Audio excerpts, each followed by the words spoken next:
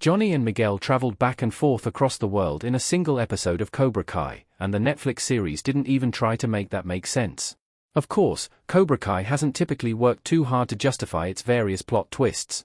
This has been a trend since a boy with only a few weeks of karate experience won the 1984 All-Valley tournament.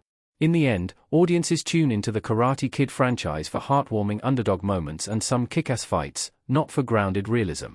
Still, Cobra Kai Season 6, Part 2, really turned its back on the reality of transatlantic travel. The ending of Cobra Kai Season 6, Part 1, saw the selected members of Miyagi-Do head to Barcelona, Spain, for the Sekai Taikai, a global tournament unlike anything they had done before. Now, in Part 2, the gang has officially begun to compete, but things have gone far from smoothly. Disaster came to a head when Johnny and Miguel got word that Carmen had been taken to the hospital after facing complications in her pregnancy.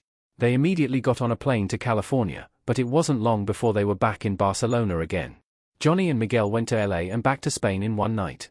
Cobra Kai didn't even try to make this travel schedule make sense. Miguel and Johnny on a plane in Cobra Kai. After what must have been about a 15-hour flight from Barcelona, Spain, to the San Fernando Valley in California, Johnny and Miguel learned that Carmen and the baby were doing A-OK, and at the pregnant woman's urging, they flew back to Barcelona to resume the Sekai Taikai. The additional 15-hour flight seemed to have no impact on the duo at all, and they jumped right back into the tournament without missing a beat. Since they left after one event and returned in time for the next, they somehow squeezed over 30 hours of travel in a 24-hour period. Sorry, Cobra Kai, but absolutely not. How long is the Sekai Taikai, and how are they fully rested after everything that's happened? The Sekai Taikai schedule has been purposely ambiguous. The teams around the Sekai Taikai met in Cobra Kai Season 6 EP Image via Netflix. Johnny and Miguel's impossible travel schedule aside, the timeline for Cobra Kai Season 6 is already pretty outrageous. The Sekai Taikai is a massive tournament comprising several events over a period of days.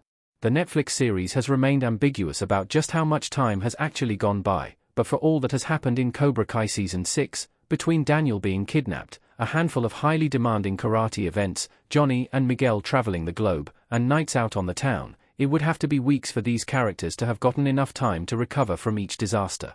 With everything that's happened and the minimal amount of time that everyone has had to rest and recover, it's amazing that Daniel, Johnny, Miguel, and the rest were able to perform so well during the final big brawl of the Sekai Taikai.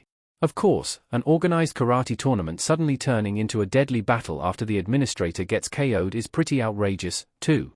On that note, any of these minimally experienced teenagers qualifying for a global karate tournament against two escaped felons is already pretty unbelievable. Ultimately, Cobra Kai embracing its own ridiculousness allows it to get away with just about anything.